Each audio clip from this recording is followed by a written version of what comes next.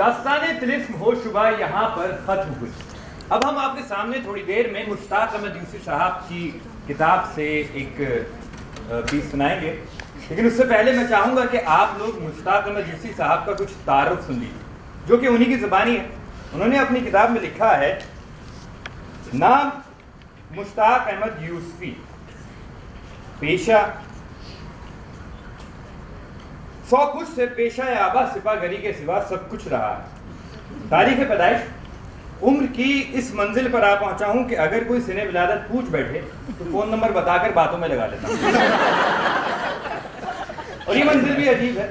बकौल साहिब कशकोल एक वक्त था हमारा तारुफ बहु बेटी किस्म की खवातीन से यूं कराया जाता था कि फुला के बेटे हैं, फुला के भांजे हैं, और अब ये वक्त आ गया है कि फुला के बाप हैं और फुला के मामू हैं। पेशा गो की यूनिवर्सिटी के इम्तिहानों में अव्वल आया, लेकिन स्कूल में हिसाब किताब से कोई तबई मुनासिबत न थी और हिसाब में फेल होने को एक अरसे तक अपने मुसलमान होने की आसमानी दलील समझता था। अब वही जरिया मुआश है। हिसाब किताब में उसूलन 2 और 2 4 का कायल, मगर ताजरों की दिल से इज्जत करता हूँ कि वो बड़ी खुश असलूबी से 2 और 2 को 5 कर लेते हैं। पहचान कद 5 फीट 6.5 इंच जूते पहनकर, वजन ओवरकोट पहनकर भी दुबला दिखाई देता हूँ। अरसे से मिसाली सेहत रखता हूँ, इस लिहाज से कि जब लोगों को कराची की आबो हवा को बुरा साबित करना मकसूद हो तो इत्माम हुज्जत के लिए मेरी मिसाल देते हैं। जिसामत यूं सांस रोक लूं तो 38 इंच का बनियान भी पहन सकता हूँ। बड़े लड़के के जूते का नंबर 7 है, जो मुझे भी फिट आता है। बुलिया अपने आप पर पड़ा, पेशानी और सर की हद फाजिल उड़ चुकी है, लिहाजा मुंह धोते वक्त ये समझ में नहीं आता कि कहाँ से शुरू करें। नाक में बताते ही कतई कोई नक्स नहीं, मगर बास दोस्तों का ख्याल है कि बहुत छोटे से चेहरे पर लगी हुई है। पसंद गालिब हॉक्सबे भिंडी, फूलों में रंग के लिहाज से सफेद गुलाब और खुशबुओं में नए करेंसी नोट की खुशबू बहुत है। मेरा ख्याल है कि सब ताज़ा और करारे करेंसी नोटों का इत्र निकाल कर मुलाजमत पेशा हजरात और उनकी बीवियों को महीने की आखिरी तारीखों में सुंघाया जाए तो गृहस्थी जिंदगी जन्नत का नमूना पेश करे। पालतू जानवरों में कुत्तों से प्यार। पहला कुत्ता चौकीदारी के लिए पाला था, उसे कोई चुरा कर ले गया। अब महज पर बनाए वफादारी पालता हूं कि इंसान कुत्ते का बेहतरीन रफीक है। बात तंग नजर एतराज करते हैं कि मुसलमान कुत्तों से बिला वजह चिढ़ते हैं, हालांकि इसकी नहायत मंतकी और माकूल वजह मौजूद है। मुसलमान हमेशा से एक अमली कौम रहे और वो किसी ऐसे जानवर को मोहब्बत से नहीं पालते जिसे ज़िबा करके खा ना सकते।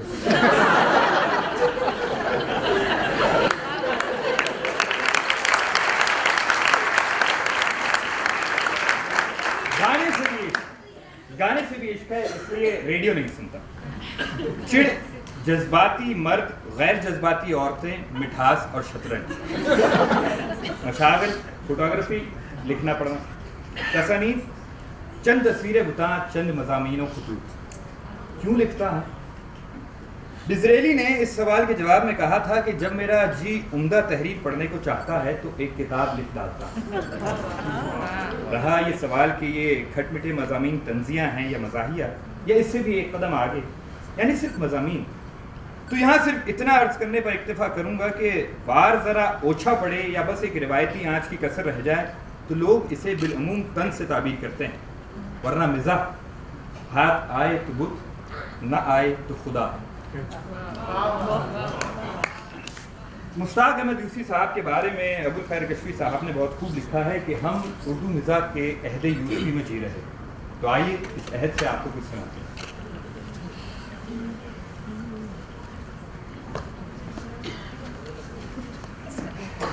यादिश बखैर, जिक्र हमारे यार तरदार बशारत अली फारूकी के खुसर का, लिहाजा तारुफ कुछ उन्हीं की जबान से अच्छा मालूम होगा। हमने तो बारहा सुना, अब आप भी सुनिए। वो हमेशा से मेरे कुछ ना कुछ लगते थे। जिस जमाने में खुसर नहीं बने थे तो फुफा हुआ करते थे, और उनके फुफा बनने से पहले मैं उन्हें चचा हुजूर कहा करता था। इससे पहले भी वो मेरे कुछ ना कुछ लगते होंगे। लेकिन तब मैंने बोलना शुरू नहीं किया था। दरअसल हमारे यहाँ मुरादाबाद और कानपुर में रिश्ते नाते उबली हुई सिवैयों की तरह उलझे और पेच दर पेच गुत्थे होते हैं। ऐसा जलाली, ऐसा मगलूबुल गज़ब आदमी जिंदगी में नहीं देखा। बारे उनका इंतकाल हुआ तो मेरी उम्र आधी इधर आधी उधर 40 के लगभग तो होगी।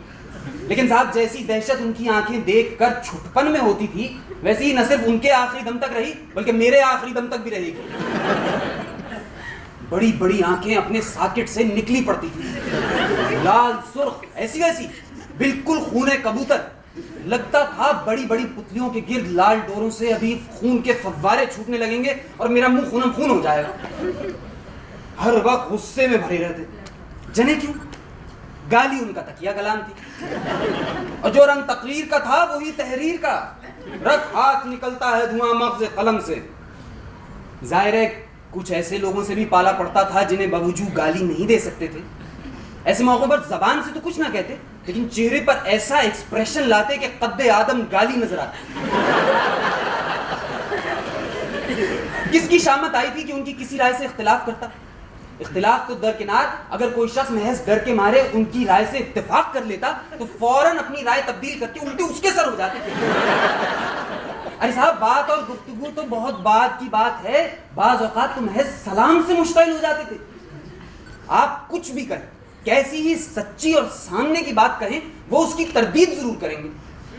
दूसरे की राय से इत्तेफाक करने में अपनी सुबकी समझते थे। उनका हर जुमला नहीं से शुरू होता था। एक दिन कानपुर में कड़ाके की सर्दी पड़ रही थी, मेरे मुंह से निकल गया आज बड़ी सर्दी है। बोले नहीं, कल इससे ज्यादा पड़ेगी। वो चचा से फूफा बने और फूफा से खुसरुल हज़र, लेकिन मुझे आखिर वक्त तक निगाह उठाकर बात करने की जसारत न हुई। निकाह के वक्त वो काजी के पहलू में बैठे थे। काजी ने पूछा कबूल है। अब उनके सामने मुंह से हाँ कहने की जुर्रत न हुई, बस थोड़ी से दो मुअद्दिबाना ठूंगे मार दी, जिन्हें काजी और क़िबला ने रिश्ता मुनाकाहत के लिए नाकाफी समझा। क़िबला कड़क कर बोले लौंडे बोलता क्यों नहीं?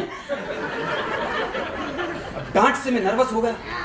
अभी काजी का सवाल भी पूरा नहीं हुआ था कि मैंने कहा जी हाँ कबूल है। आवाज यकलख्त इतने जोर से निकली कि मैं खुद चौंक पड़ा। काजी उछलकर सीने में घुस गया, हाजिरी में खिलखिलाकर हंसने लगा।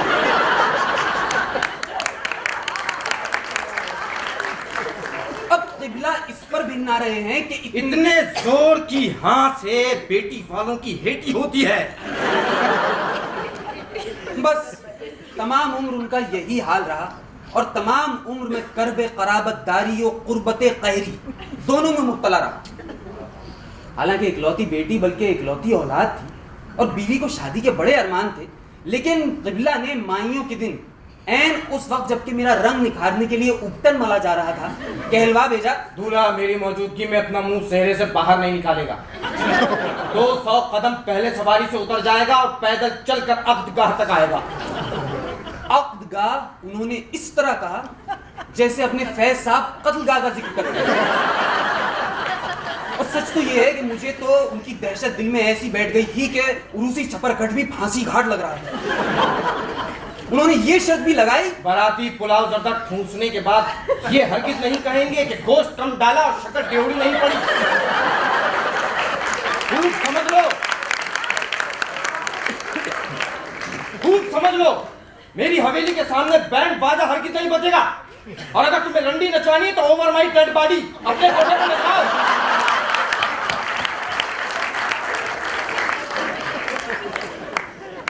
किसी जमाने में राजपूतों और अरबों में लड़की की पैदाइश नहुसत और कहरे इलाही की निशानी तस्वुर की जाती थी। उनकी गैरत ये कैसे गवारा कर सकती थी कि उनके घर बारात चढ़े। दामाद के खौफ से वो नौजायदा लड़की को जिंदा गाड़ आते थे। क़िबला इस वहशियाना रस्म के खिलाफ थे, वो दामाद को जिंदा गाड़ देने के खिलाफ।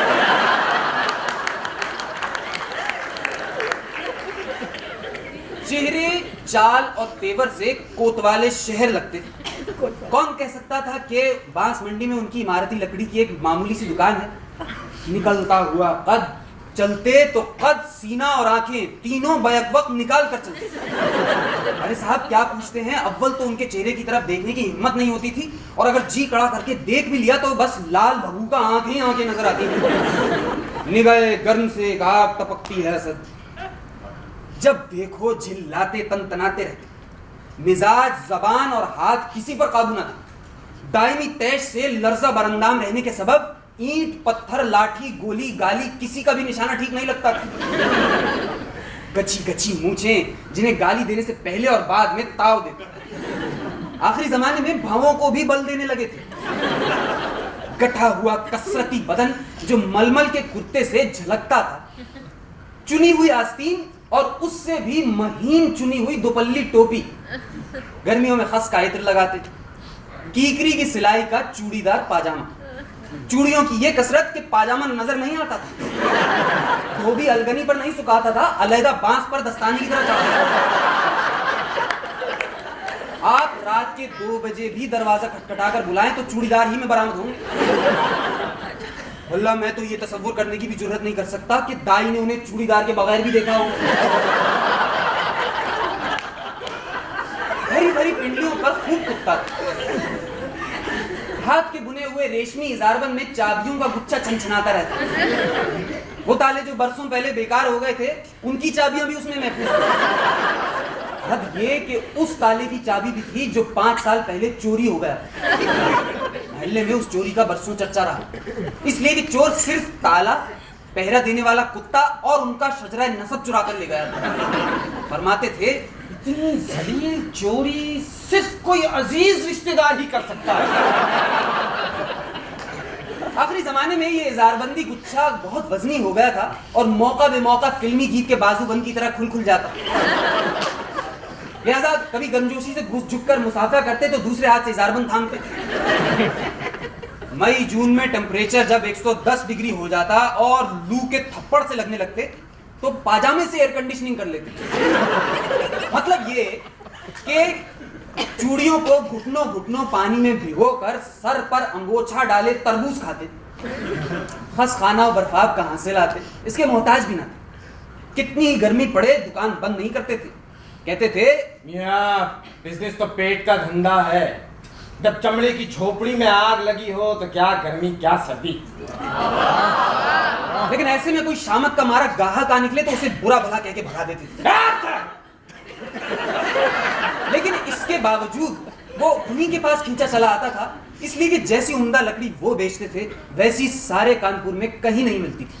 फरमाते थे, दागी लकड़ी बंदे ने आज तक नहीं बेची। लकड़ी और दाग, दाग तो 2 ही चीजों पर सजता है, दिल और जवानी। तंबाकू, तिवान, खरबूजे और कढ़े हुए कुर्ते लखनऊ से, हुक्का मुरादाबाद और ताले अलीगढ़ से मंगवाते। हलवा सोहन और डिप्टी नजीर अहमद मालिक वाले मुहावरे दिल्ली से। डाक गिरने के बाद सिर्फ मुहावरों पर गुजारा था। गालियां अलबत्ता मकामी बल्कि खाना साज देते, जिनमें सलासत और रवानी पाई जाती। तबाजाद मगर बलागत से खाली, बस जोग्राफिया सा खींच देते थे।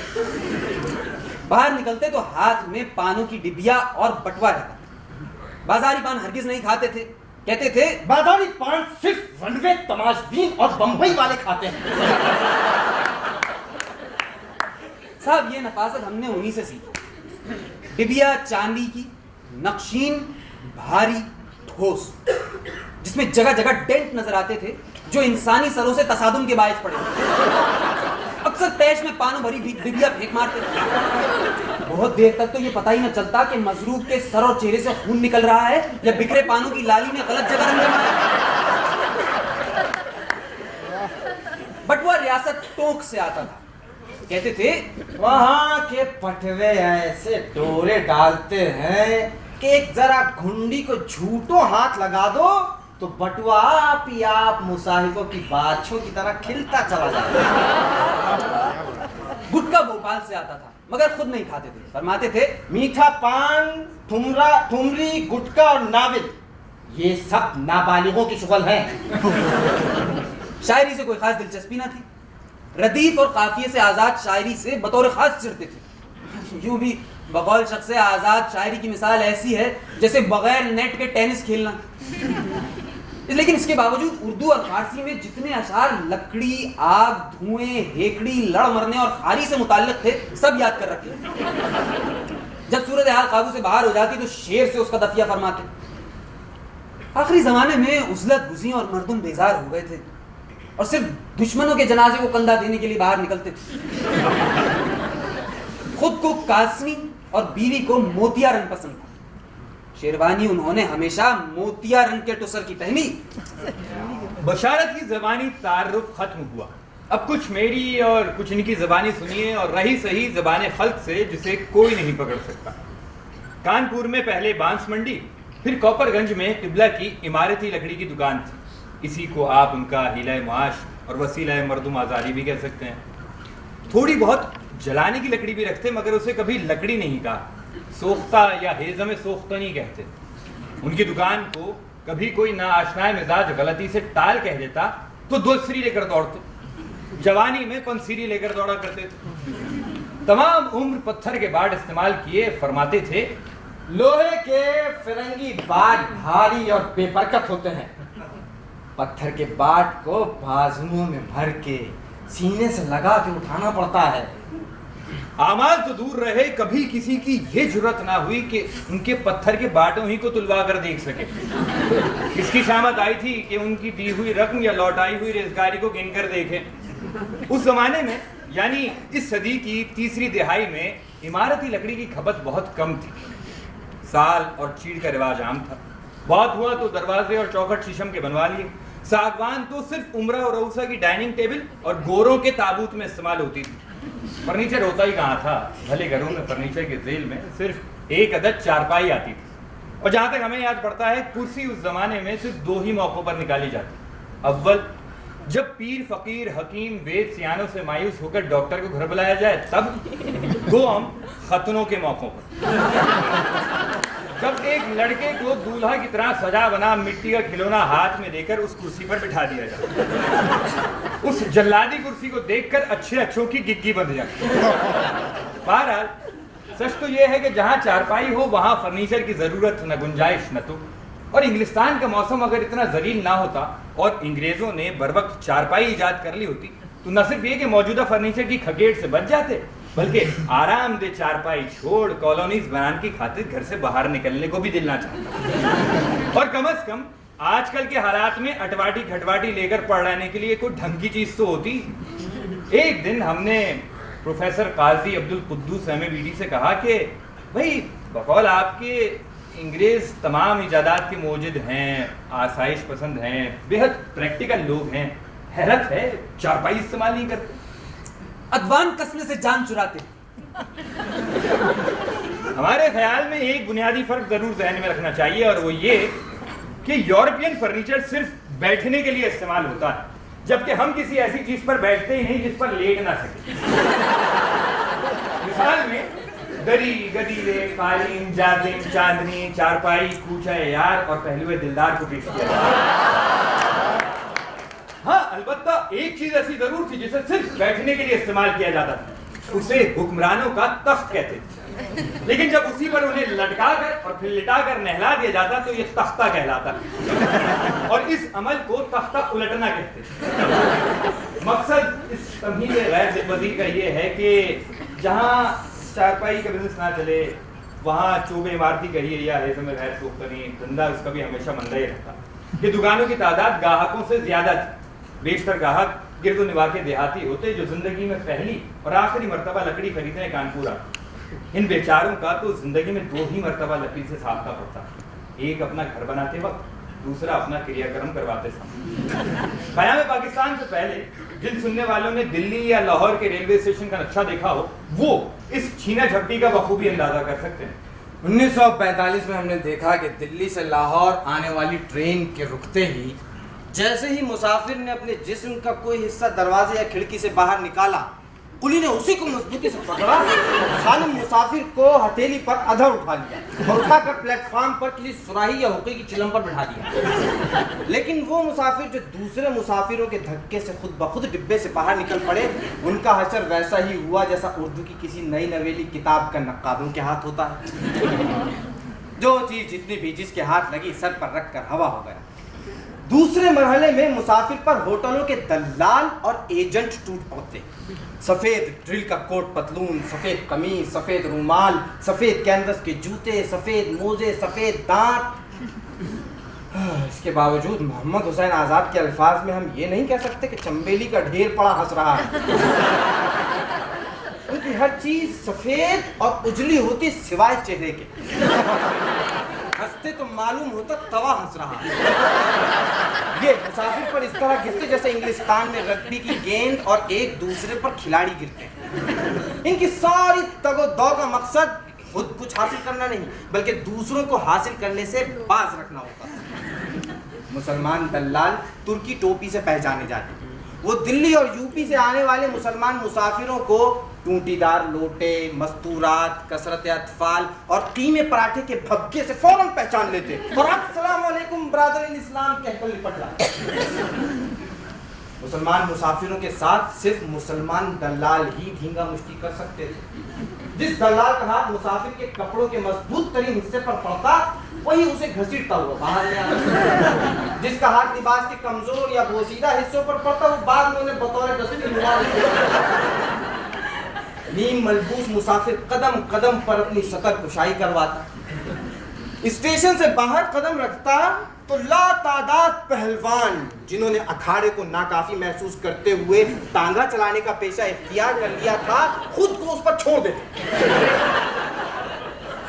कोई मुसाफिर का दामन आगे से खींचता, कोई पीछे से जुलेखाई करता।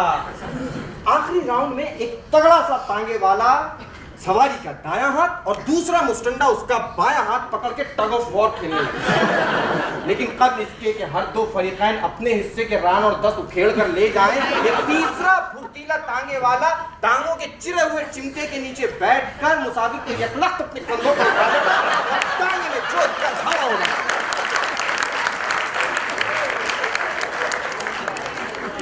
कमोबेश यही नक्शा कॉपरगंज की लगड़ मंडी का हुआ करता था, जिसके कल्ब में किबला की दुकान थी। गोदाम बिलामुम दुकान से मुल्हक अकब में होते तो गाहक पकड़ने के लिए किबला और दो तीन चिड़ीमार दुकानदारों ने ये किया कि दुकानों के बाहर सड़क पर लकड़ी के छोटे छोटे केबिन बना लिए।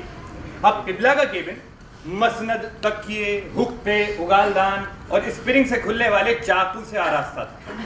केबिन गोया एक नौ का मचान था जहां से गाहक को मार गिराते थे, फिर से चुमकार पुचकार कर अंदर ले जाया जाता, जहां कोशिश ये होती कि खाली हाथ और भरी जेब वापस ना जाने पाए। लिहाजा जैसे ही कोई शख्स कयाफे से गाहक मालूम होता, सामने से गुजरता तो दूर और नजदीक के दुकानदार उसे हाथ के इशारे या आवाज देकर बुलाते,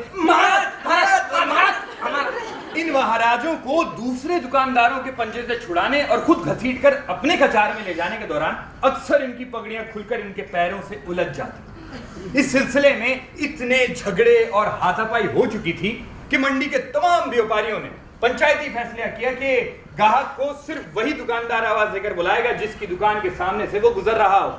लेकिन जैसे ही वो किसी दूसरे दुकानदार के हल्का तशद्दुद में दाखिल होगा, कोई और उसे आवाज ना देगा। इसके बावजूद छीना झपटी और कुश्तम पछाड़ बढ़ती ही गई तो हर दुकान के आगे चूने से हदबंदी की लाइन खींचती गई। इससे ये फर्क पड़ा कि कुश्ती बंद हो गई, कबड्डी होने लगी।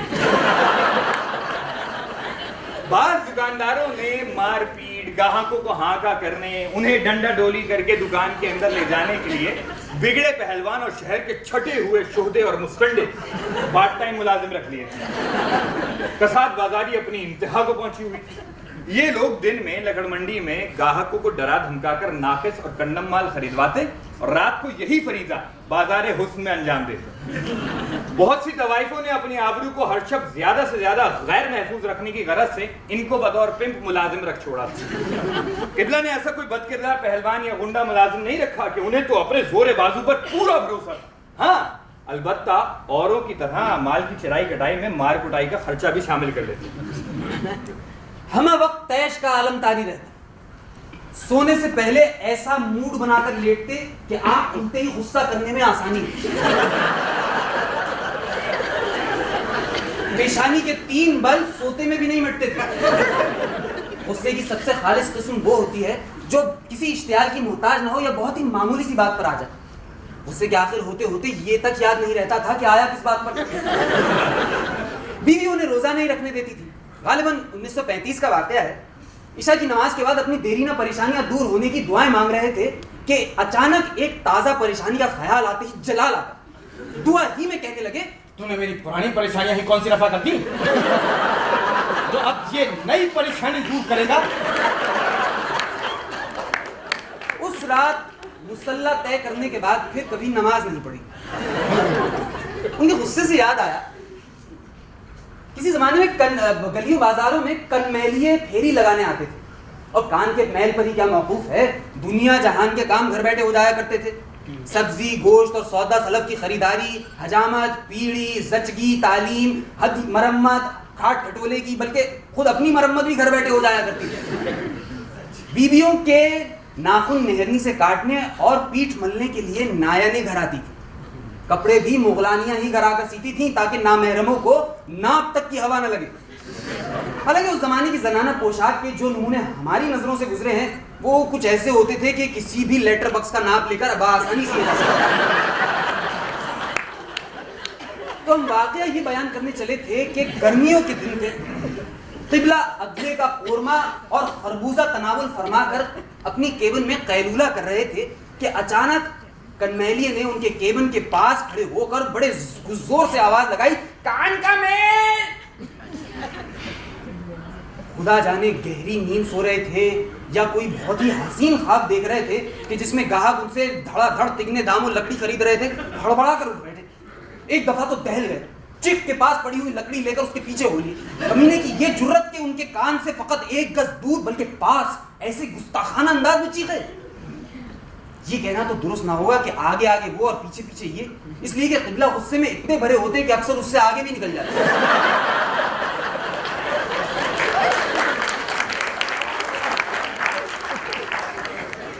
थोड़ी दूर सड़क पर दौड़ने के बाद कनमैलिया गलियों में निकल गया और आंखों से ओझल हो गया, मगर क़िबला अपनी छठी इसकी बताई हुई समत में मुसलसल दौड़ते रहे। और ये वो समत थी जिस तरफ कोई भी शख्स जिसके 5 हवास सलामत हो जारहाना अंदाज में लकड़ी लाठी घुमाता हरगिज न जाता था कि ये थाने को जाती। इस वहशियाना दौड़ में क़िबला की लकड़ी और कनमैलिये का पगड़ जिसमें उसने कान का मैल निकालने के कई सारे औजार उड़स रखे थे, जमीन पर आ रहे। उनमें से एक डिबिया भी निकली जिसमें उसने कान का मैल जमा कर रखा था। नजर बचा के तोला भर मैल उसी में से निकाल कर दिखा देता कि देखो ये तुम्हारे कान से निकला है। किसी के कान से गोलर के भुंगे बरामद करके कहता वो जो तुम्हारे कान में बिन बिन तिन तिन की आवाजें आ रही थी ना, वो इन्हीं की थी। लेकिन ये भी सच है कि वो इतनी कानों की भूल भुलैयों में इतनी दूर तक सहज सहज सलाई डालता चला जाता कि मालूम होता कान के रास्ते आते भी निकाल कर हथेली। क़िबला ने उस पगड़ को अब बल्ली पर लटका कर बल्ली अपनी केबिन के सामने इस तरह गाड़ दी जैसे अगले वक्तों में कोई बेसब्रा वली अहद या अगर वो ना हो तो कोई दुश्मन बादशाह सलामत का सर काट कर नेज़े पर हर खासवाम के लिए बुलंद कर देता है। उसकी दहशत ऐसी बैठी कि दुकान के सामने से बढ़ई, खटपुने, सींगी लगाने वालियों, सेहरी के लिए जगाने वालों तक ने गुजरना छोड़ दिया। हद ये कि मुल्हका मस्जिद का करीहुस्सौत मुअज्जिन भी अक़ब वाली गली से जाने लगा। क़िबला यूं तो अपना माल बड़ी मेहनत, तवज्जो और मोहब्बत से दिखाया करते। मोहब्बत का इजाफा हमने इसलिए किया कि वो गाहक को तो शे की नज़र से देखते, लेकिन अपनी लकड़ी पर मोहब्बत से हाथ फेरते। कोई सागवान का तख्ता ऐसा नहीं था जिसके रेशों के अब या रगों का तोगरा अगर वो चाहें तो याददाश्त से कागज पर ना बना सकते हैं। लकड़ मंडी में वो वाहिद दुकानदार थे जो गाहक को अपना हर शहतीर और हर बल्ली का शजरा नसब अजबर करा देते थे। उनका अपना शजरा नसब बल्ली से भी ज्यादा लंबा था जिस पर अपने जद्दे आला को टांग रखा था। कभी बर्मी सागवान के लट्ठे पर शफकत से हाथ फेरते हुए कहते, मियाँ अभी इसकी उम्र ही क्या है, बच्चा है, बहुत से बहुत 80 साल, 150 साल का सागवान अरावली के जंगलों में आंधी तूफान में बिल्कुल खड़ी कमर इस्तादा रहता है। लेकिन साहब, है बला का सीजन, सैकड़ों बारिशों 7 दरियाओं का पानी पीकर यहाँ पहुंचा है, और इस लट्ठे पर तो मगरमच्छ ने पेशाब भी किया है। मगरमच्छ जिस लकड़ी पर मुंह दे उसको हश्र तक न दीमक लग सकती है ना आग।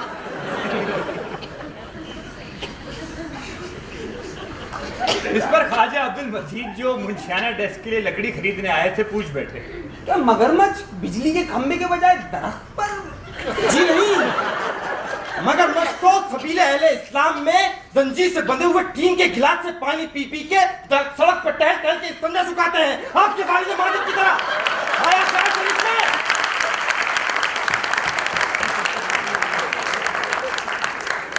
24 घंटे मिजाज की कुछ यही ज्वालामुखी कैफियत तारी है। एक दिन हाजी मोहम्मद इसाक चमड़े वाले शीशम खरीदने के लिए आए। किबला यूं तो हर लकड़ी की शान में जमीन आसमान के पल्लावे मिला दिया करते थे, लेकिन शीशम पर सचमुच फरीफ्ता था।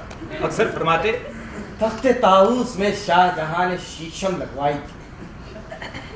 शीशम के गुण गाहक और कदरदान तो कब्र में जा सोए, लेकिन क्या बात है शीशम की, जितना इस्तेमाल करो उतने ही जौहर खुलते हैं।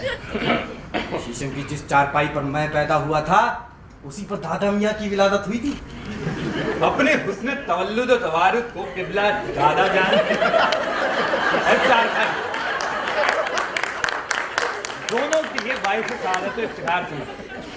हाजी मोहम्मद इसाक बोले, ये लकड़ी तो साफ मालूम नहीं होती। किबला न जाने कितने बरसों बाद मुस्कुराए और हाजी साहब की दाढ़ी को टिकटिकी बांध के देखते हुए फरमाया, ये बात तो हमने शीशम की लकड़ी, कांसी की लुटिया, बाली उमरिया और चुग्गी दाढ़ी में ही देखी कि जितना हाथ फेरो उतनी ही चमकती है। आला जात की शीशम की पहचान ये है कि आरा, रंदा, बर्मा सब खुंडे और हाथ शल हो जाएं। ये चीड़ थोड़ा ही है कि एक जरा कील ठोको तो अलिफ से लेकर ये तक चिर जाए। लेकिन एक बात है, ताजा कटी हुई चीड़ से बन महकार का एक आबशार फूट पड़ता है, लगता है उसमें नहाया जा रहा हूं। जिस दिन कारखाने में चीड़ की कटाई होने वाली हो उस दिन मैं इत्र लगा कर नहीं आता। किबला का मूड बदला तो हाजी साहब की हिम्मत बंधी। कहने लगे, ये लकड़ी तो वाकई आला दर्जे की मालूम होती है, मगर सीजन नहीं लगती। सीजन? कितने फाकों में सीखा है ये लफ्ज। अगर फकत सीजन ही चाहिए तो सबसे ज्यादा सीजन सामने वाली मस्जिद के गुस्ले मैयत का तख्ता है। बहुत पानी पिया है उसने, लाऊं उसी पर निकाल दूंगा। यूं तो इनकी जिंदगी डेल कार्नेगी के हर उसूल की अव्वल ता आखिर निहायत कामयाब खिलाफ वर्जी थी, लेकिन बिजनेस में इन्होंने अपने हथकंडे अलग इजाद किए थे। गाहक से जब तक ये ना कह पाले कि लकड़ी पसंद है, उसकी कीमत इशारतन भी नहीं बताते। वो पूछता भी तो साफ टाल जाता। आप भी कमाल करते हैं। आपको लकड़ी पसंद है, ले जाइए, घर की बात है। गाहक जब कतई तौर पर लकड़ी पसंद कर लेता तो कीमत बताए बगैर हाथ फैलाकर बयाना तलब करते। सस्ता समा था, वो 2 अन्नी या चवन्नी की साई पेश करता जो इस सौदे के लिए काफी हो। हाथ से झटकते हुए कहते, चांदी दिखाओ। यानी कम से कम 1 कुलदार रुपया निकालो, जो उस जमाने में 15 सेर गेहूं और सेर भर असली घी के बराबर होता। वो बेचारा शर्मा हुजूरी में 1 रुपया निकालता। किबला रुपया हाथ में लेकर हथेली पर इस तरह रखे रहते कि तसल्ली के लिए नजर तो आता रहे मगर वो झपट्टा ना मार सके। फिर थोड़ी देर बाद खुद ब खुद कहते, मुबारक हो, सौदा पक्का हो गया। फिर कीमत बता दे, जैसे सुनकर वो हक्का बक्का रह जाता। वो कीमत पर हुज्जत करता तो कहते, अजीब घनचक्कर हो, साई देकर फिरते हो। अभी तो रुपया देकर सौदा पक्का किया है, अभी तो इसमें से तुम्हारे हाथ की गर्मी भी नहीं गई और अभी फिर गए। अच्छा कह दो ये रुपया तुम्हारा नहीं है, कहो कहो। कीमत ऐसी नाप तोल कर बता दे कि गायें से गायें गाहक भी दुविधा में पड़ जाए और ये फैसला ना कर सके कि पेशगी डूबने में ज्यादा नुकसान है या इस भाव लकड़ी खरीदने में। दौराने हुज्जत कितनी ही गर्मा गर्मी बल्कि हाथापाई हो जाए, अपनी हथेली इस पर रुपया रखा होता है, वो चित ही रखे। उनके बारे में एक किस्सा बड़ा मशहूर था कि एक दफा एक सरफिरे गाहक से झगड़ा हो गया, तो धोबी पाट का दाव लगाकर उसे जमीन पर दे मारा और खुद चढ़कर उसकी छाती पर बैठ गया। लेकिन इस पोज में भी अपनी हथेली जिस पर रुपया रखा था चित ही रखी, ताकि उसे ये बदगुमानी ना हो कि रुपया हाथ कहना चाहते हैं। सुना है कि दुनिया के सबसे बड़े फैशनेबल स्टोर हैरिट्स का दावा है कि उनके यहाँ सुई से लेकर हाथी तक दस्तयाब है। कहने वाले कहते हैं कि कीमत भी दोनों की एक ही होती है। हैरिट्स अगर लकड़ी बेचता तो बखुदा ऐसी ही और इन्हीं दामों बेचता। किबला की दुकानदारी और उसकी लाई हुई आफतों की कोई एक मिसाल हो तो बयान करें। कोई ग्राहक इशारतन या किनायतन भी उनकी किसी बात या भाव पर शक करे तो फिर उसकी इज्जत ही नहीं, हाथ पैर की भी खैर नहीं। एक दफा उजलत में थे, लकड़ी की कीमत छूटते ही 10 रुपए बता दी। देहाती ग्राहक ने 9.25 रुपए लगाए और ये गाली देते हुए मारने को दौड़े कि जट गंवार को इतनी जुर्रत कैसे हुई। दुकान में एक टूटी हुई चारपाई पड़ी रहती थी, जिसके बानों को चुरा चुरा के आरा खींचने वाले मजदूर चिल्लम में भर के सुल्फे के दम लगाते थे। किबला जब बाकायदा मुसल्ला होकर हमला करना चाहते तो उस चारपाई का सेरवा यानी सरहाने की पट्टी निकाल के अपने दुश्मन यानी गाहक पे झपटते। अक्सर सेरवे को पुचकारते हुए फरमाते थे, अजब सख्त जान है, आज तक इसमें फ्रैक्चर नहीं हुआ। झकना बुज़दिलों और गंवारों का वतीरा है। लाठी चलाना कसाई कुंडलों गुंडों और पुलिस वालों का काम है। इस्तेमाल के बाद सेरवे की फर्स्ट एड करके यानी अंगोछे से अच्छी तरह झाड़ पोंछ के वापस छलंगे में लगा देते। इस तरीक़े वारदात में गालिबन ये हिकमत पोशीदा थी कि चारपाई तक जाने और सेरवा निकालने के वक्फे के दौरान अगर गुस्से को ठंडा होना है तो हो जाए, और अगर उनके मातूब की बीनाई और अक्ल ज़ायल नहीं हुई है तो वो अपनी टांगों के इस्तेमाल में मजीद बुखुल से काम न ले। एक कदीम चीनी कहावत है कि लड़ाई के जो 370 पैतरे दानाओं ने गिनवाए हैं, उनमें जो पैतरा सबसे कारामद बताया गया है वो ये है कि भाग लो। इसकी तस्दीक हिंदू देवमाला से भी होती है। रावण के 10 सर और 20 हाथ थे, फिर भी मारा गया। इसकी वजह हमारी समझ में तो यही आती है कि भागने के लिए सिर्फ 2 टांगे थी।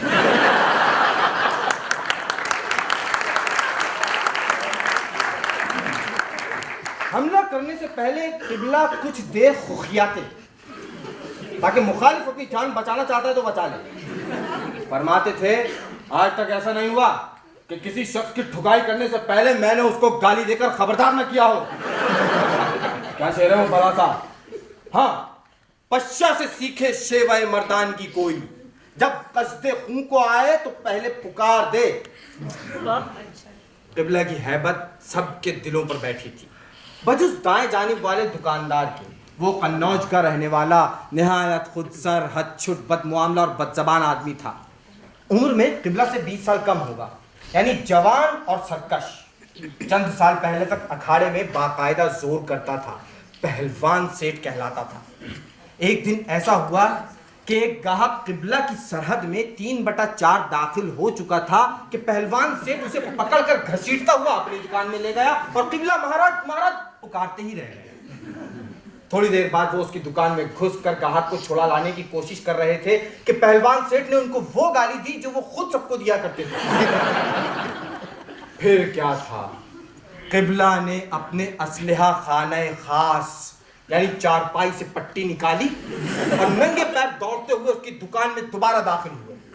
गाहक ने बीच बचाव कराने की कोशिश की और अव्वलीन गफलत में अपना दांत तुड़वा कर मसाले की कार्रवाई से रिटायर हो गया।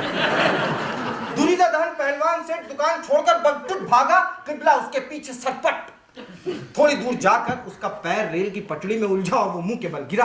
किबला ने जा लिया, पूरी ताकत से ऐसा वार किया कि पट्टी के 2 टुकड़े हो गए।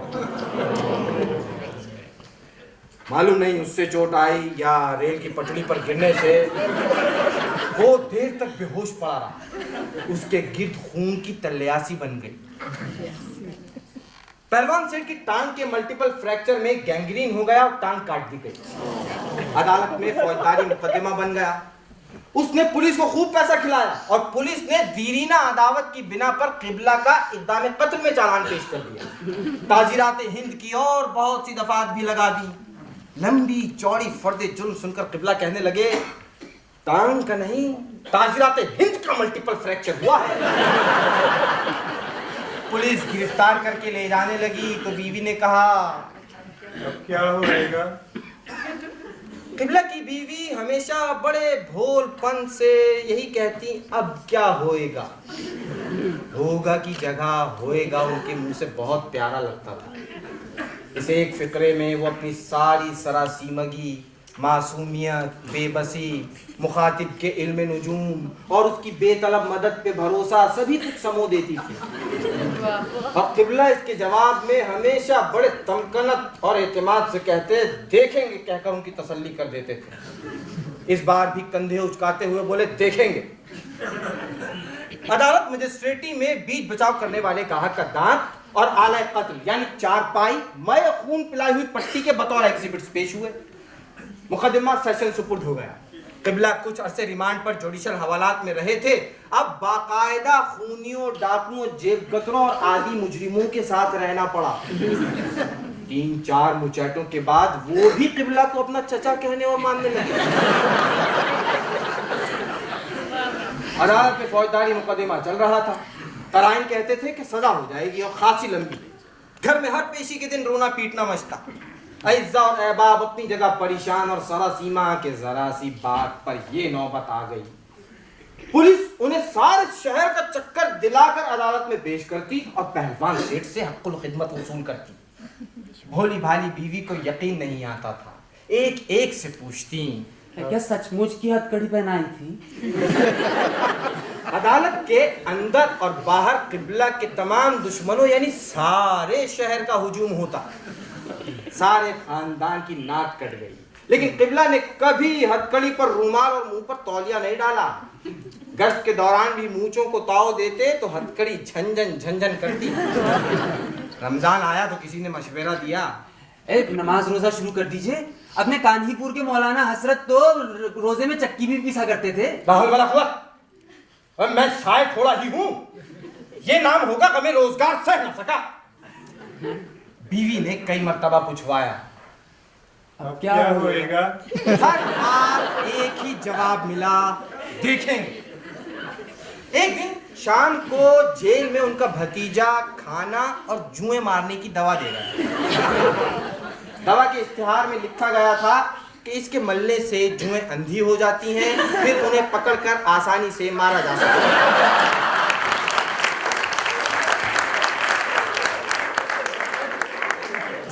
लीक मारने की मुरवजा तरकीब भी दर्ज थी, यानी जूं को बाएं हाथ के अंगूठे पे रखो और दाएं अंगूठे के नाखून से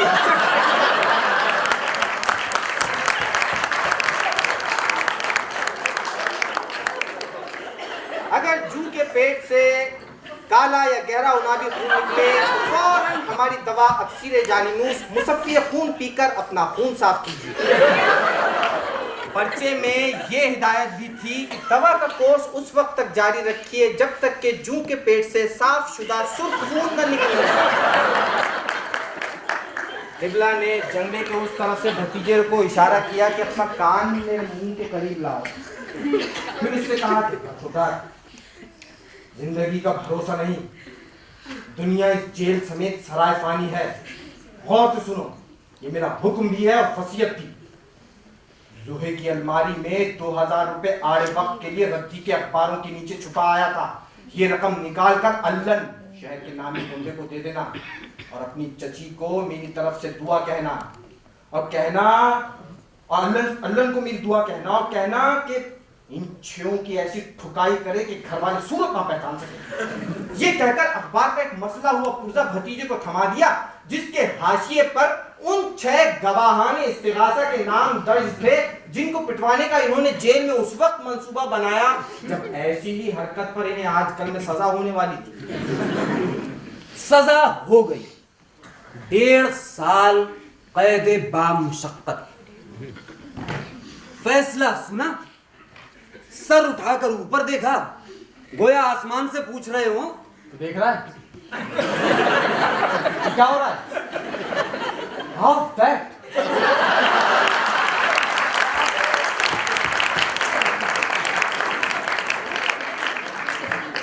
पुलिस ने हथकड़ी डाली क़िबला ने किसी किस्म के रद्द अमल का इजहार नहीं किया। जेल जाते वक्त बीवी से कहला भेजा, आज मेरे जद्दे आला की रूह पुरफुतूह कितनी मसरूर होगी, कितनी खुशनसीब बीवी हो तुम कि तुम्हारा दूल्हा।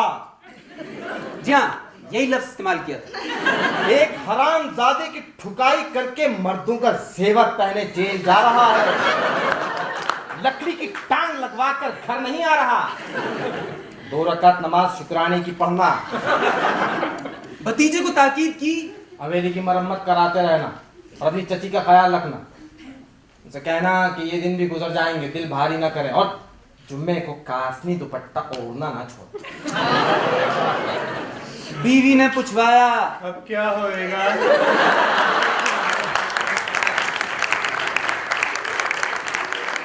जवाब मिला, देखेंगे।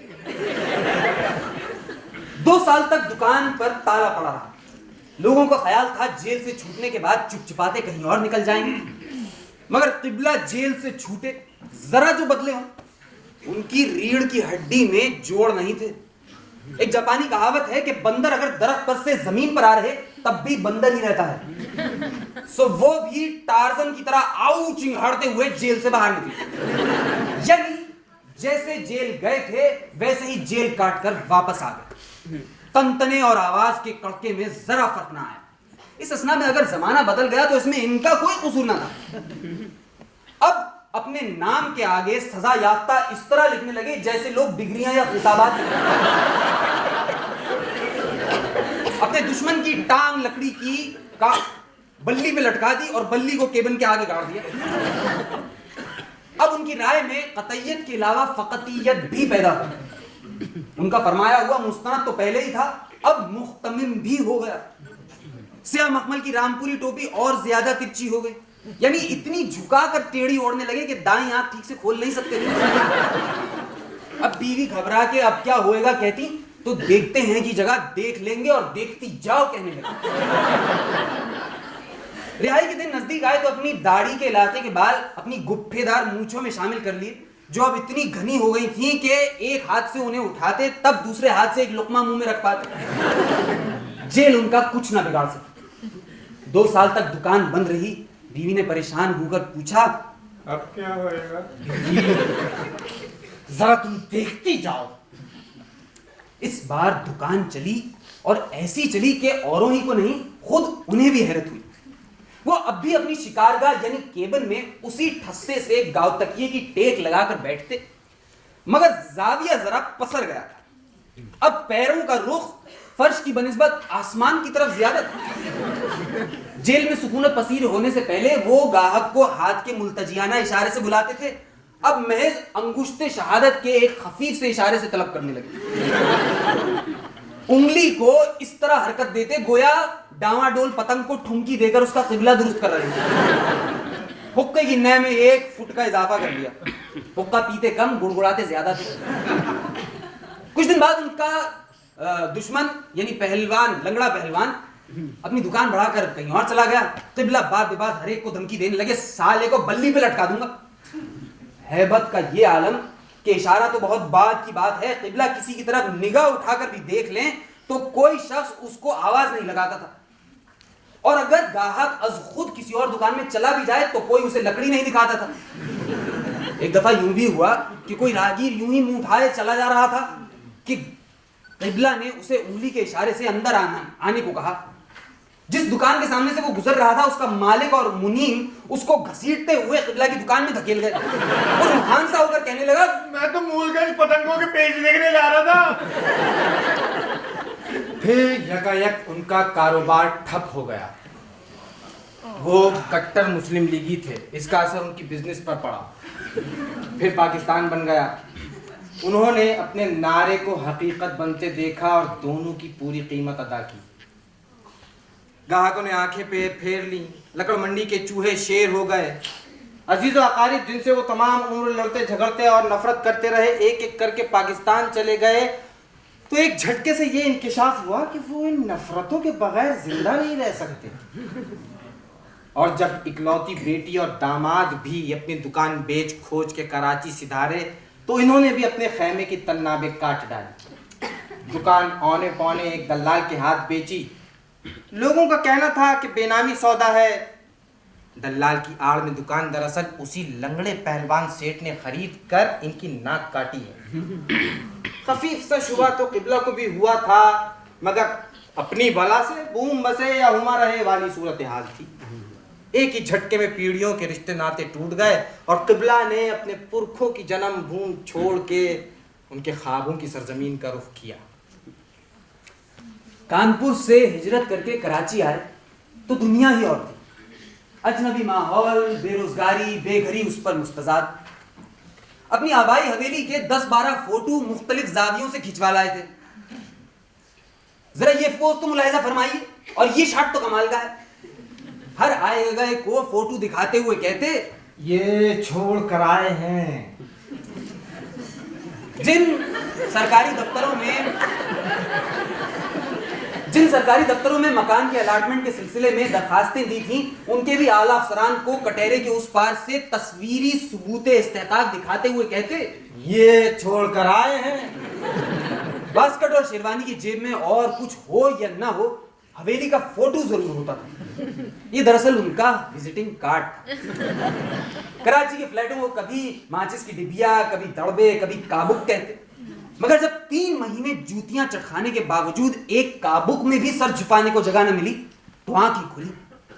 अहबाब ने समझाया, फ्लैट 1 घंटे में मिल सकता है, कस्टोडियन की हथेली पर पैसा रखो और जिस फ्लैट की चाहो चाबी ले लो। मगर किबला तो अपनी हथेली पर पैसा रखवाने के आदी थे, वो कहाँ मानते। महीनों परेशान हाल, भूखे प्यासे सरकारी दफ्तरों की खाक छानते रहे। जिंदगी भर किसी के मेहमान न रहे थे, अब बेटी दामाद के यहाँ रहने का अजाब भी सहा। हर दुख, हर अजाब के बाद जिंदगी आदमी पर अपना एक राज खोल देती है। बोध गया की छांव तले बुद्ध भी ऐसी ही दुख भरी तपस्या से गुजरे थे। जब पेट पीठ से लग गया, आंखें अंधे कुओं की तह में बेनूर हुई और हड्डियों की माला में बस सांस की डोरी अटकी रह गई, तब गौतम बुद्ध पर भी एक भेद खुला था। जैसा, जितना और जिस कारण आदमी दुख भोगता है, वैसा ही भेद उस पर खुलता चला जाता है। निर्वाण ढूंढने वाले को निर्वाण मिल जाता है, और जो शख्स दुनिया की खातिर कष्ट उठाता है, उसे दुनिया रास्ता देती चली जाती है। सो गली गली खाक छानने और दफ्तर दफ्तर धक्के खाने के बाद किबला के कल्बे हज़ी पर कुछ अलका हुआ, और वो ये कि कायदे कानून जाबिरों और दानाओं ने कमजोर दिल वालों को काबू में रखने के लिए बनाए हैं। जो शख्स हाथी की लगाम ही तलाश करता रह जाए, वो उस पर कभी चढ़ नहीं सकता। जाम उसी का है जो आगे बढ़कर साफी को जामो मीना समेत डाले। कौलफादे दी गए, जो आगे बढ़कर ताला तोड़ डाले, मकान उसी का हो गया। कानपुर से चले थे तो अपनी जमा जत्था, शजरा, स्प्रिंग से खुलने वाला चाकू, अख्तराबाई, फैजाबादी के 3 रिकॉर्ड, मुरादाबादी हुक्के और सुराही के सब कैरियर स्टैंड के अलावा अपनी दुकान का ताला भी ढोकर ले आए। कानपुर से, अलीगढ़ से खास तौर पर बनवा कर मंगवाया था। 3 सेर से कम का ना होगा। मज़कूरा वाला अलका होने के बाद बंस रोड पर एक आला दर्जे का फ्लैट अपने लिए पसंद फरमाया। मार्बल की टाइल्स, समंदरी हवा के रुख पर खुलने वाली खिड़कियां जिनमें रंगीन शीशे लगे थे, दरवाजे के जंग आलूदा ताले पर अपने अलीग ताले की एक ही जर्ब से फ्लैट में अपनी आबादगारी बिला मिन्नते सरकार कर ली। फ्लैट पर काबिज हुए यही कोई 3-4 माह गुजरे होंगे कि किबला एक दिन बैठे अपने चूड़ीदार का घुटना रफू कर रहे थे कि किसी ने बड़े गुस्ताखाना अंदाज में उनके दरवाजे को खटखटाया। मतलब ये कि उनके नाम की तख्ती को फटफटाया। किबला ने हड़बड़ा कर दरवाजा खोला। आने वाले ने खुद का तारुफ इस तरह कराया जैसे अपने ओहदे की चपरास उठाकर उनके मुंह पर दे मारी हो। महकमा कस्टोडियन इवैक्यूएट प्रॉपर्टी। बड़े मियां, मकान का अलॉटमेंट ऑर्डर दिखाओ। किबला ने बास्केट की जेब से फोटो निकाल कर दिखाते हुए कहा, ये छोड़ कर आए हैं।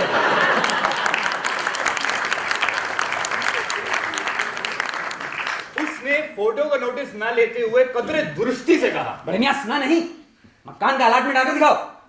उसने, किबला ने बड़ी रसान के साथ अपने बाएं पैर का सलीम शाही जूता उतारा और उतनी ही रसान से कि उसे गुमान तक ना हुआ कि ये क्या करने वाले हैं, उसके मुंह पर मारते हुए बोले, ये बहुत चारों का अलॉटमेंट ऑर्डर। कार्बन कापी मुलाहिजा फरमाइएगा।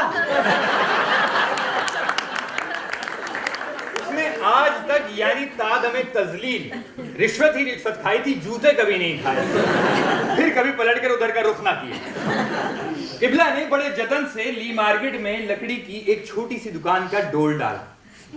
बीवी के जहेज के जेवर, वेबले स्कॉट की बंदूक औने पौने बेच डाले। कुछ माल उधार खरीदा। अभी दुकान ठीक से जमी भी ना थी कि एक इनकम टैक्स इंस्पेक्टर उधर आ निकला। खाते, रजिस्ट्रेशन, रोकड़ बही, रसीद बुकें तलब की। अगले दिन किबला हमसे फरमाने लगे, सुना आपने? महीनों जूतियां चटखाता फिरा, दफ्तरों में अपनी औकात खराब करवाता फिरा। किसी ने पलट के ना पूछा कि भैया कौन हो? अब दिल लगी देखिए, कल एक इनकम टैक्स का 30 मार खान दंदनाता है, लका कबूतर की तरह सीना फुला है। मैंने साले को ये दिखा दिया कि ये छोड़कर आए हैं। चंद्रा के पूछने लगा कि ये क्या है? हमने कहा हमारे यहाँ इसे महल सरा कहते हैं। सच झूठ का हाल तो मिर्जा जाने कि उन्हीं से रिवायत है कि इसी महल सरा का एक बड़ा फोटो फ्रेम करवाकर अपने कागजी से फ्लैट की दीवार पर कील से ठोक रहे थे कि दीवार के उस पार वाले पड़ोसी ने आकर उनसे कहा, कील जरा 1 फुट ऊपर ठोकिए ताकि मैं दूसरे सिरे पर अपनी शेरवानी टांग सकूं। घर में डाकिया या नई धोबन भी आती तो उसे भी दिखाते हुए कहते, ये छोड़कर आए हैं। उस हवेली का फोटो हमने भी बार बार देखा। उसे देखकर ऐसा लगता था जैसे कैमरे को मोटा नजर आने लगा। लेकिन कैमरे की जोफे बसारत को किबला अपने जोरे बयान से यूं दूर कर देते। वैसे भी माजी हर शय के गिर्द एक रूमानी हाला खींच देता है। पुराना दर्द भी सुहाना लगता है। जब आदमी का सब कुछ छिन जाए तो वो या तो मस्त मलंग हो जाता है या किसी फैंटेसी लैंड में पनाह लेता है। ना हो अगर ये फरेब पैहम तो दम निकल जाए आदमी का। शजरा और हवेली भी ऐसी ही जाए मार। किबला को 2 गम थे। पहले का जिक्र बाद में आएगा कि वो जहां गुसल था। दूसरा उतना उनका अपना नहीं था जितना उनकी बीवी का था, जो बेटे की तमन्ना में घुली जा रही थी। उस गरीब ने कितनी मन्नतें मानी, किबला को शरबत में नक्श घोल घोल कर पिलाए, उनके तकिए के नीचे तावीज रखे, मजारों पर चादरें चढ़ाई। 50 मील के दायरे में कोई मजार ऐसा न रहा होगा जिसके सराहने खड़े होकर वो इस तरह फूट फूट कर न रोई हो कि अहले कब्र के पसमानदान भी तदफीन के वक्त न रोए होंगे। उधर किबला अपने आप को किसी जिंदा पीर से कम नहीं समझते थे। जब उनको ये पता चला कि उनकी बीवी औलाद नरीना की मन्नत मांगने के लिए नामहरमों के मजार जाने लगी हैं तो बहुत खफा हुए। जब वो बहुत खफा होते तो खाना छोड़ देते। हलवाई की दुकान से रबड़ी मोतीचूर के लड्डू और कचौरी लाकर खाते।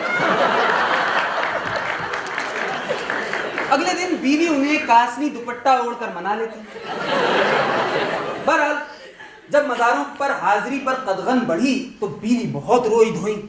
किबला आखिरकार कुछ पिघले और मजारों पर जाने की इजाजत दे दी, मगर इस शर्त के साथ मजार का मकीन जात का कम्बोह न हो। कम्बोह मर्द और गजल गो शायर से पर्दा लाजिम है, खा वो मुर्दा ही क्यों ना हो। मैं इनके रगो रेशे से वाकिफ हूँ। किबला के दुश्मनों से रिवायत थी कि किबला जवानी में शायर और ननियाल की तरफ से कम्बोह थे। अक्सर फरमाते, मर्ग कम्बोह जश्न दारत। रफ्ता रफ्ता बीवी को सब्र आ गया। एक बेटी थी जो किबला को अजीज से अजीजतर होती गई। किबला को इस कदर सब्र आ गया कि अक्सर फरमाते, खुदा ने बड़ा अपना रहमो करम किया, बहुत अच्छा किया कि बेटा ना दिया। अगर देता, अगर मुझ पर पड़ता तो तमाम उम्र जलील और खार होता, और अगर ना पड़ता तो ना खलफ को आंख कर देता।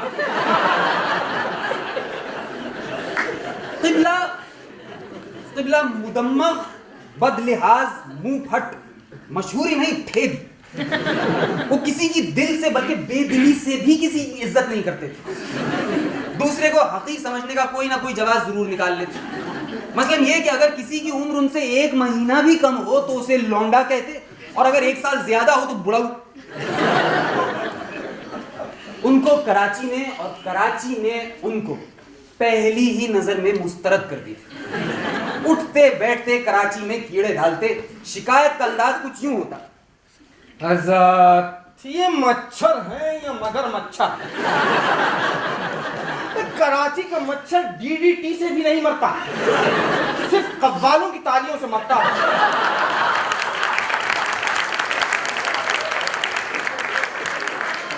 या गलती से किसी शायर को काट ले तो बावला होकर बेऔलादा मरता है। नमरूद मरदूद की मौत नाक में मच्छर घुसने से वाक़ई हुई थी। कराची के मच्छरों का शजरा नसब कई नमरूदों के वास्ते। और जरा जबान तो मुलाहिजा फरमाइए। मैंने पहली मर्तबा एक साहिब को पट्टे वाले को पुकारते सुना तो मैं समझा अपने कुत्ते को बुला रहे हैं। मालूम हुआ यहाँ चपरासी को पट्टे वाला कहते हैं। हर वक्त कुछ ना कुछ फड्डा और लफड़ा होता रहता है। टोको तो कहते हैं उर्दू में सूरत हाल के लिए कोई लफ्ज नहीं है। भाई मेरे, उर्दू में ये सूरत हाल भी तो नहीं है। बंबई वाले लफ्ज और सूरत हाल अपने साथ लाए। मीर तकी मीर ऊंट गाड़ी में मुंह बांधे बैठे रहे। अपने हमसफर से इसलिए बात न की कि जबान गैर से अपनी जबान बिगड़ती है। मीर साहिब कराची में होते तो बखुदा सारी उम्र मुंह पर ढाटा बांधे फिरते। यहाँ तक के डाकुओं का सब भेद बनाए फिरने पर किसी डकैती में धर लिए जाते।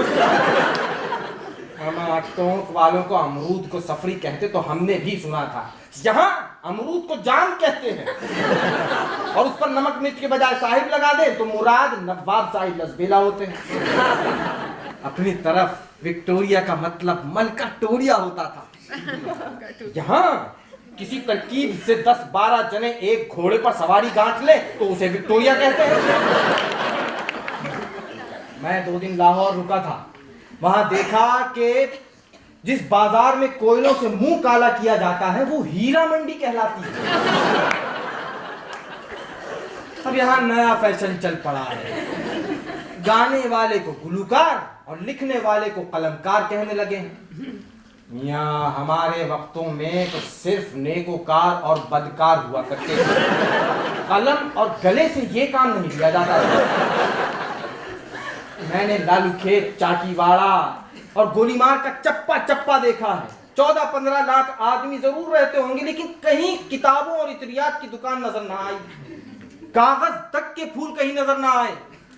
कानपुर में हम जैसे शुरफा के घरों में कहीं ना कहीं मोतिया की बेल जरूर चढ़ी होती थी। हुजूर वाला यहाँ मोतिया सिर्फ आंखों में उतरता है। हद हो गई। कराची में करोड़पति लखपति सेठ लकड़ी इस तरह नपवाता है जैसे कमखात का पार्चा खरीद रहा। लकड़ी दिन में 2 फीट बिकती है और बुरादा खरीदने वाले 50।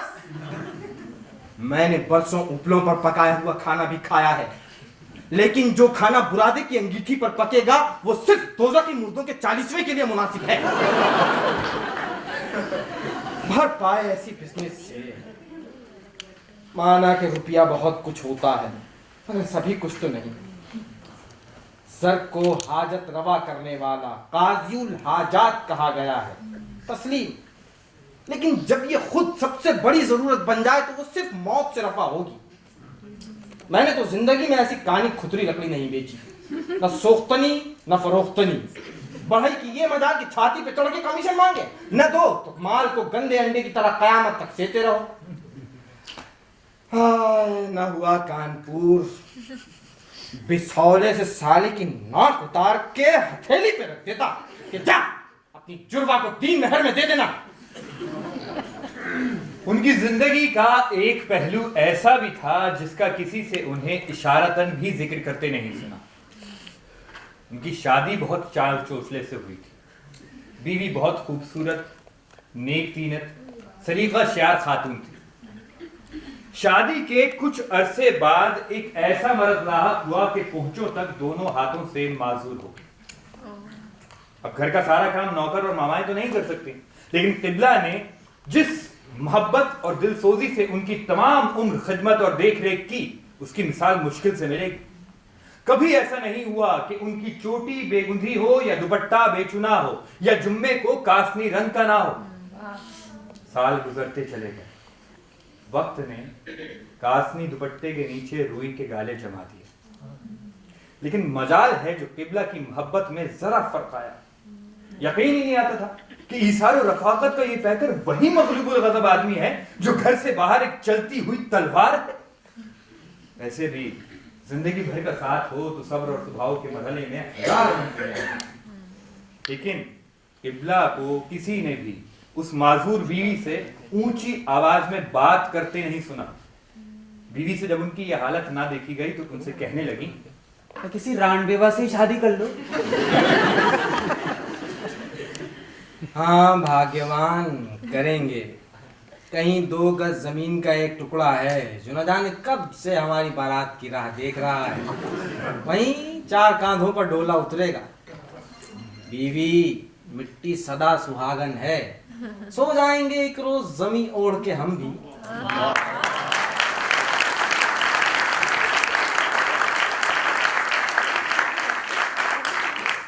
बीवी की आंख में आंसू देखे तो बात कर पलटते हुए, बीवी, ये रानबेवा की शर्त तुमने क्या सोच के लगाई? माना कि शेख शादी कह गए हैं कि जने बेवा मकुन अगरचे हूँ रस्त, मगर शायद तुमने वो पूर्वी मिसल नहीं सुनी। पहले पीवे भिकुआ, फिर पीवे तमकुआ, पीछे पीवे चिलम चाट। जो शख्स पहले हुक्का पीता है वो तो बुद्धू है कि दरअसल वो तो चिलम को जलाने और उसे ताव पर लाने में ही जुटा रहता है। तंबाकू का असल मजा तो दूसरे शख्स के हिस्से में आता है, और जो शख्स आखिर में पीता है वो तो जले हुए तंबाकू से खाली भक भक करता है। कराची में इनकी दुकान तो फिर भी चली, मगर किबला बिल्कुल नहीं चली। जब हालात बद से बदतर होने लगे तो उनके वही ख्वाह मियां इनाम इलाही ने, जो अपनी पूर्ति के बावस उनके मामलात में दरखोर रखते थे, उनसे कहा, दुकान बंद करके एक बस ले लीजिए, रूट परमिट मैं दिलवा दूंगा। आजकल इस धंधे में बड़ी चांदी है। चांदी तो मियां तबला सारंगी बजाने में भी है। एक वजादारी की रीत बुजुर्गों से चली आ रही है, जिसका तकाजा है कि खराब खार होना ही मुकद्दर में लिखा है, तो अपने आबाई और आजमूदा तरीके से होंगे। कारोबार ठंडा बल्कि बिल्कुल मंदा, तबीयत जंगरंग, बेदिली के आलम में दिन गुजर रहे थे। दुकानदारी अब उनकी माली नहीं नफ्सियाती जरूरत थी। समझ में नहीं आता था कि दुकान बंद कर दी तो घर पे पड़े क्या करेंगे। ऐसे में एक दिन उनका पठान मुलाजिम जर्री गुल खान कई घंटे देर से आया। हर चंद गुस्से को दबाने की कोशिश करते, मगर पुरानी आदत कहीं जाती है। चंद माह कबल उन्होंने 60 साला मुंशी आधी तनख्वाह पर रखा था, जो गिरवे रंग का ढीला ढाला जुब्बा पहने नंगे पैर जमीन पर आलती पालती मारे हिसाब करता था। कुर्सी या किसी भी ऊंची शय पर बैठना उसके मसलक में मना था। वारसी सिलसिले के किसी बुजुर्ग से बैत था। फर्ज शनास, ईमानदार, पाबंदे सौम सलात, जूद रंज, काम में चौपट। किबला ने एक दिन उसे तैश में आकर हराम खोर कह दिया। सफेद दाढ़ी का भी लिहाज न किया। उसने बड़े रसान से कहा, बजा हुजूर के यहाँ जो शय वाफिर मिकदार में मिलती है वही तो खाएगा फकीर। अस्सलाम वालेकुम। ये जा वो जा। उस दिन के बाद से किबला ने हराम खोर कहना और मुंशी जी ने नौकरी पर आना छोड़ दिया। मगर हराम खोर के अलावा भी तो और भतेरे अल्फाज हैं दिल दुखाने वाले। जर्री गुल खान को सख्त सुस्त कहते कहते उनके मुंह से रवानी और सरगरानी में वही गाली निकल गई जो अच्छे दिनों में उनका तकिया कलाम हुआ करती थी। गाली की भयानक गूंज ठनठनाती हुई दर्रा आदम खील के पहाड़ों तक पहुंची, जहां उसकी बेवा मां रहती थी। वो 6 साल का था जब उसकी मां ने बेवगी की चादर ओढ़ी थी। 12 साल का हुआ तो उसने अपनी मां से वादा किया था कि मां, मैं जरा और बड़ा हो जाऊं तो तुझे कराची में नौकरी करके पहली तनख्वाह से बगैर पैवन की चादर भेजूंगा। उसे आज तक किसी ने ये गाली नहीं दी थी। जवान खून, गुसीला मिजाज, पठान की गैरत और पख्तू का सवाल था। उसने किबला की टोपी उतारकर जमीन पर फेंक दी और चाकू तान कर खड़ा हो गया, कहने लगा, मेरे सामने से निकल जा, नहीं तो तेरा पेट फाड़ कर तेरा कलेजा कच्चा चबा जाऊंगा, तेरा पलीद मुर्दा बल्ली पे लटका दूंगा। एक गाहक ने बढ़कर चाकू छीना।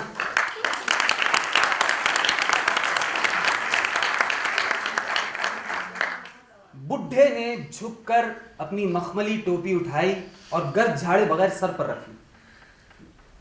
10-15 मिनट बाद वो दुकान पर ताला लगाकर घर चले आए। बीवी से कह दिया, अब हम दुकान नहीं जाएंगे। थोड़ी देर में महल्ले की मस्जिद से इशा की अजान की आवाज बुलंद हुई। वो दूसरे ही अल्लाह अकबर पर वुजू करके कोई 40 साल बाद नमाज पढ़ने के लिए खड़े हुए तो बीवी धक से रह गई कि खैर तो है। वो खुद भी धक से रह गए थे, इसलिए कि सिर्फ सिवाय 2 सूरतों के और कुछ याद नहीं रहा। वितर भी अधूरे छोड़ दिए कि ये तक याद नहीं आ रहा था कि दुआए कुनूत के इब्तिदाई अल्फाज क्या हैं। दरअसल वो सोच भी नहीं सकते थे कि आदमी अंदर से टूट भी सकता है, और यूं टूटता है, और जब टूटता है तो अपनों बेगानों, हद ये कि खुद अपने सबसे बड़े दुश्मन से भी सुलह कर लेता है, यानी अपने आप से। इसी मंजिल पर बसीरतों का नुज़ूल होता है, दानिश और बीनिश के बाब खुलते हैं। चश्म हो तो आईना खाना है देहर, मुंह नजर आते हैं दीवारों के बीच। उस रात उन्हें नींद नहीं आई। फज्र की अजान हो रही थी कि टिम्बर मार्केट का एक चौकीदार हाँफता कांपता आया और खबर दी, हुजूर हुजूर, आपकी दुकान में आग लग गई है। वो आग बुझाने वाली गाड़ियां जो है 3 बजे ही आ गई थी। लेकिन हुजूर, आग आप ही आप थोड़ी लगती है। क़िबला जब दुकान पर पहुंचे तो सरकारी इस्तिलाह के मुताबिक आग पर काबू पाया जा चुका था, जिसमें फायर ब्रिगेड की मुस्तादी और कारकर्दगी के अलावा इसको भी बड़ा दखल था कि अब जलने को कुछ रह नहीं गया था। शोलों की लपलपाती 2 शाखा ज़बानें काली हो चली थी, अलबत्ता चीड़ के तख्ते अभी तक धड़ धड़ जल रहे थे, और फजा उनकी तेज खुशबू के आतिशी आबशार में नहाई हुई थी। जितना माल था सब जलकर कोयला हो गया, राख हो गया। कोने में उनका सिर्फ दफ्तर बच रहा है। अरसा हुआ कानपुर में लाला रमेश चंद्रन ने उनसे कहा था कि हालात ठीक नहीं है, दुकान की इंश्योरेंस पॉलिसी ले लो। तो उन्होंने अपने मलमल के कुर्ते की चुनी हुई आस्तीन को पलट कर अपने बाजू की फड़कती हुई मछलियां दिखाते हुए कहा था, ये रही यारों की इंश्योरेंस पॉलिसी। फिर अपने डंटर फुलाते हुए बोले, जरा छू कर देखो। लाला रमेश चंद्र ने अचंभे से कहा, लोहा है लोहा। नहीं, फौलाद कहो। दुकान के सामने हलकत के ठट लगे थे। उनको लोगों ने इस तरह रास्ता दिया जैसे जनाजे को देते हैं। उनके चेहरे पर, उनका चेहरा जज्बात से आरी था, न लबे बेसवाल पर कोई लर्जिश। उन्होंने अपने दफ्तर का ताला खोला, इनकम टैक्स के हिसाबात और गोशवारे बगल में मारे, और गोदाम के मगरबी हिस्से में जहां अभी चीड़ के तख्तों से शोले और खुशबुओं की लपटें उठ रही थी, तेज तेज कदमों से गए। पहले इनकम टैक्स के खाते और फिर चाबियों का गुच्छा नजरे आतिश किया। फिर आहिस्ता आहिस्ता दाईं बाईं नजर उठाए बगैर दफ्तर में दोबारा दाखिल हुए। दीवार पर से हवेली का फोटो उतारा, रुमाल से उसे पोंछ कर बगल में दबाया, और दुकान जलती छोड़कर घर चले आए। बीवी ने पूछा, अब क्या होएगा? उन्होंने सर झुका लिया। अक्सर ख्याल आता है कि अगर फरिश्ते उन्हें जन्नत की तरफ ले गए तो वो जन्नत के दरवाजे पर कुछ सोच कर ठिठक जाएं। रिजवान उन्हें जल्द अंदर जाने का कहेगा तो वो सीना ताने कुछ कहेंगे दिखाते हुए, ये छोड़ कर आए।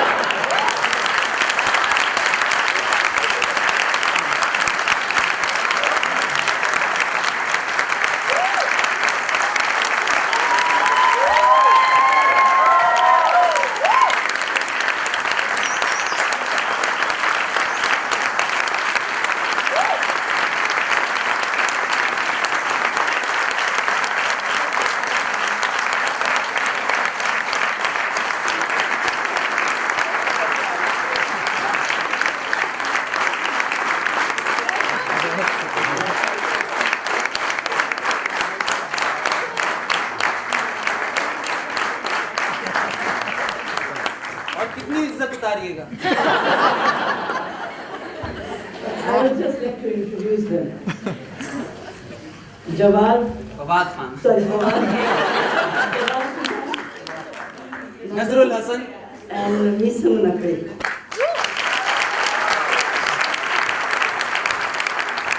एक छोटी सी बात सिर्फ ये कि हम कराची लिटरेचर फेस्टिवल में भी परफॉर्म करने वाले हैं 8 तारीख को, और मज़ीद आपको अगर जानना हो कि हमारे आगे की परफॉर्मेंसेस क्या क्या हैं और क्या हम करने वाले हैं, तो बाहर हमारी एक दोस्त बैठी हैं, उनके पास अपने ईमेल एड्रेसेस लिखवा दीजिए ताकि हम आपको मुतला करते रहें।